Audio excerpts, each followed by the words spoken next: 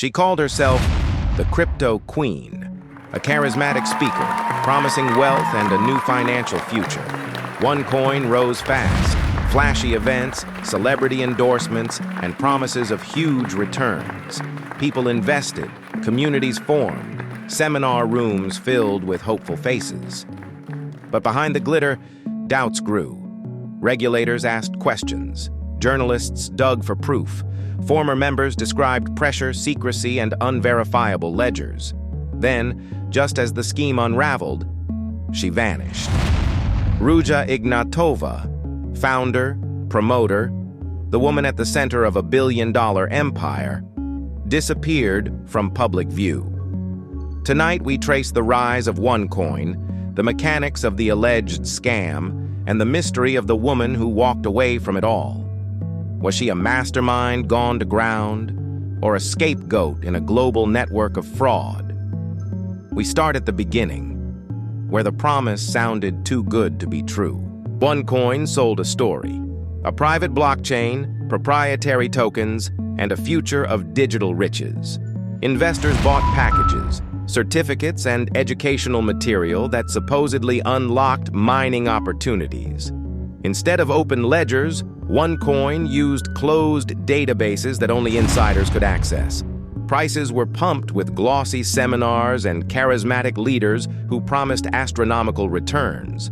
Promoters earned commissions on recruitment. The growth depended less on real transactions and more on relentless recruitment and flashy seminars. Critics called it a classic pyramid. New money paid earlier investors, while actual product and transparent technology were missing. As international complaints mounted, regulators from several countries issued warnings. But for many communities, the faith in the project was stronger than the doubts.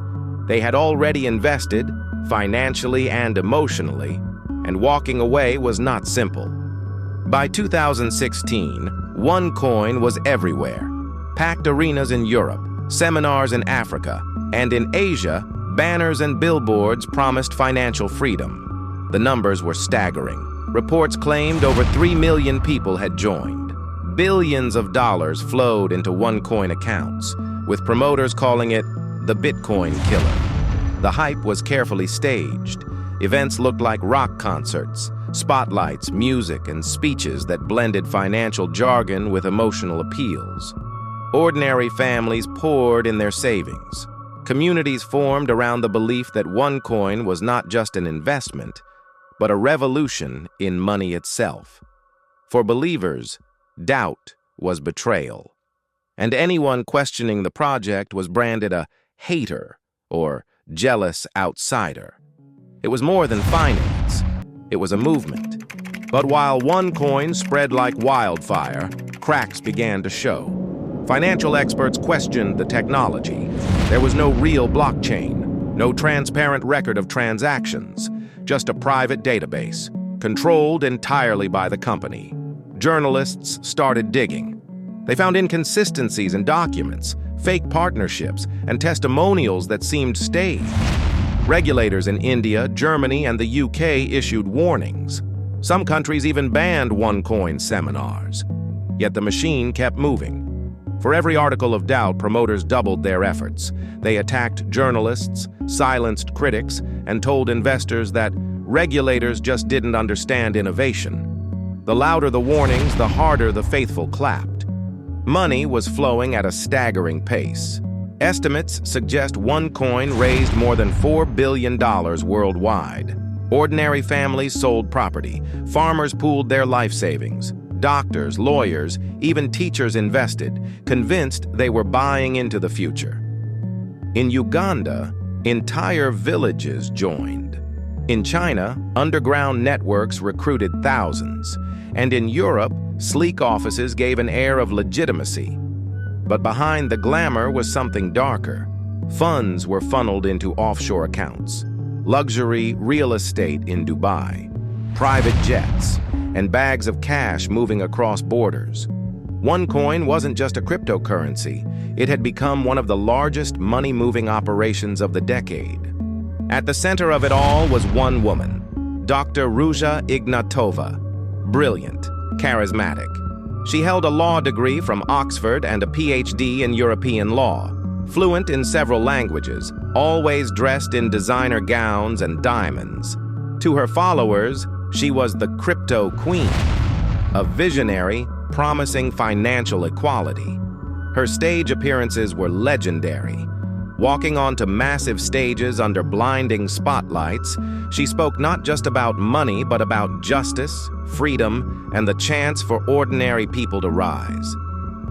The image was carefully crafted.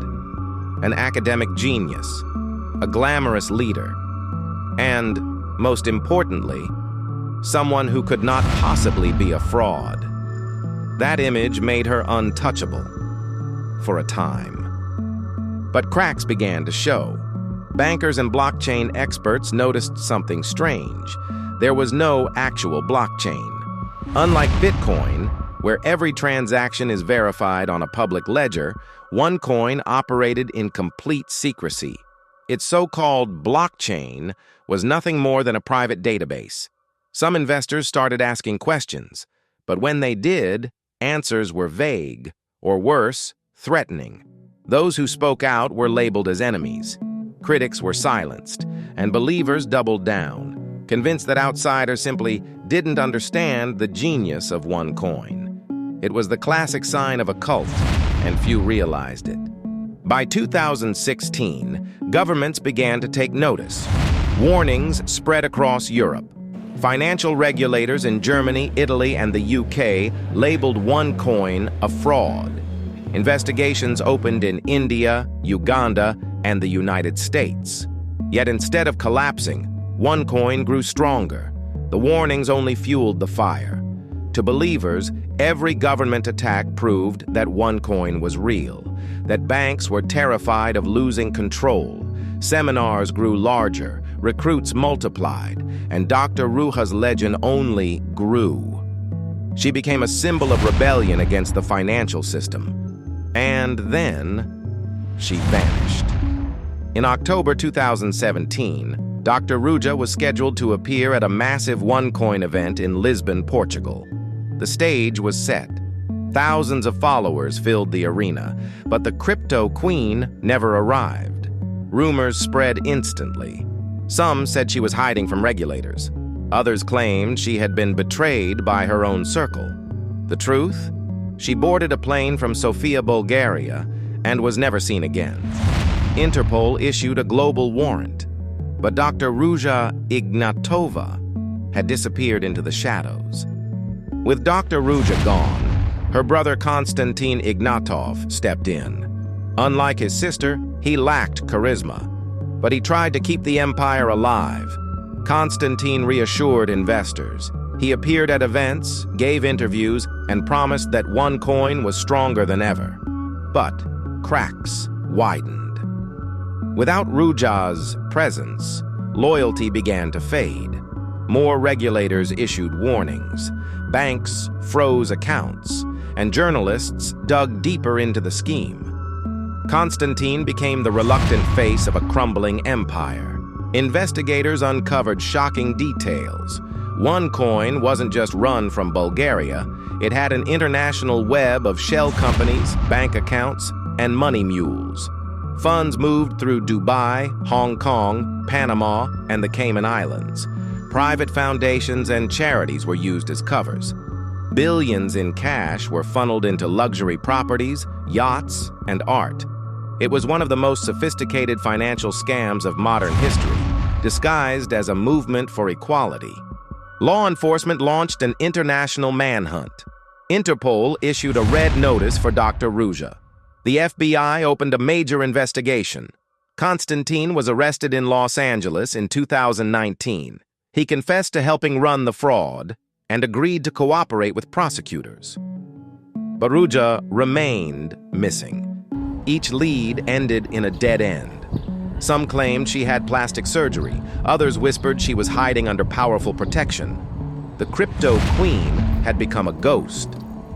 Today, OneCoin is remembered as one of the largest frauds in history. Billions stolen, millions of victims, and a queen who vanished without a trace. But OneCoin left behind something deeper.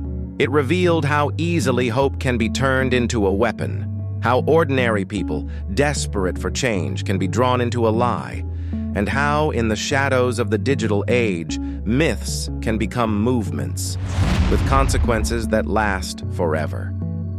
With Ruja gone, theories multiplied and took on lives of their own. Some whispered that violent associates had made her disappear, a brutal clash over money and influence, leaving no paper trail and few witnesses. Others insisted this was a different kind of exit, a carefully planned vanishing, with forged passports, surgical changes, and an assumed identity in a country with no extradition. Investigators followed tips to luxury coastal towns and anonymous hotel records, but each lead turned cold or dissolved into conflicting eyewitness accounts. Another line of speculation pointed to powerful patrons, politicians or businessmen who had benefited from OneCoin's cash flows and could shield a fugitive. Forums posted blurry photos and alleged sightings, a fleeting presence in a market, a woman paying cash at a cafe, a hotel CCTV frame too grainy to prove anything. Journalists chased every rumor, yet reliable evidence remained stubbornly absent. Investigators compared passport records, cross-checked transaction trails, and interviewed defectors. Each answer opened new questions and few firm conclusions. Behind the headlines were ordinary lives shattered by loss. A teacher in Germany emptied his pension into OneCoin packages and woke to debts and threats when the value collapsed.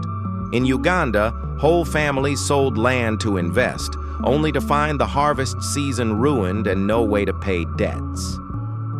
A small business owner described taking loans to buy packages that promised a family's future.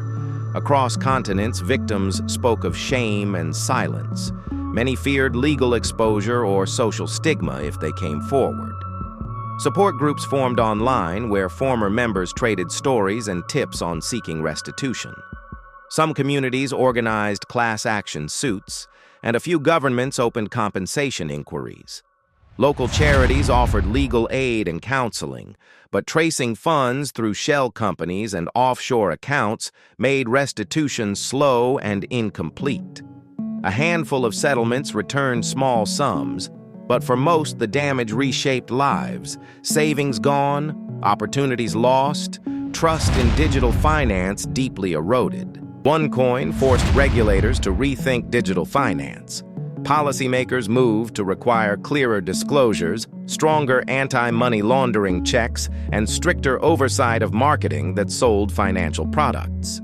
Banks tightened compliance, and payment processors flagged unusual flows tied to suspicious intermediaries.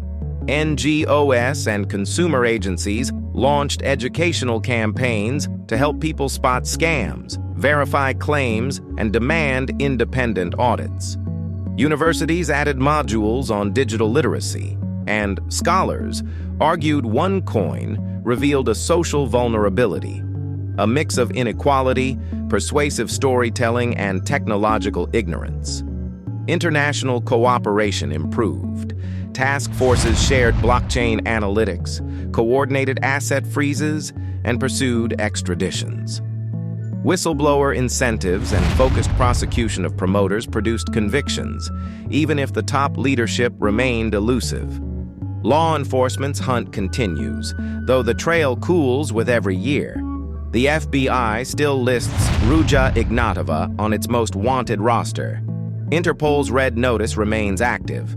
Occasional tips surface, alleged sightings in Mediterranean towns, in Dubai markets, even in parts of Eastern Europe, but none yield conclusive evidence. Investigative journalists and private sleuths compile sightings, study airline manifests, and examine leaked documents, while specialized firms apply blockchain forensics to trace residual flows connected to shell entities. Legal hurdles complicate the chase. Different jurisdictions, sealed records, and rapid cross-border money movement hinder prosecutions. Coordinated operations by Europol and national agencies dismantled promoter networks, and froze assets, but the core leadership remains out of reach. Still, prosecutions of middlemen and recovered assets keep the case alive and provide small measures of justice for some victims. The OneCoin saga is not simply a crime story. It is a mirror of our digital age. It shows how technological promise can be twisted into deception and how hope can be harvested for profit. It exposed weaknesses in regulation, gaps in public understanding, and the human cost of persuasive storytelling. While courts work and investigators search, the clearest lesson is this: demand transparency, ask for proof, and protect your community from high-pressure pitches. If this deep dive opened your eyes, hit like and subscribe to Digital Shadows. We publish weekly investigations into the hidden corners of the internet, scandals, scams, and mysteries you won't hear on the mainstream feed. Comment below. Which theory about Ruja's fate do you believe? We'll read the top comments and feature the best in a follow-up episode. Thanks for watching. Stay curious, stay cautious, and we'll see you in the next investigation.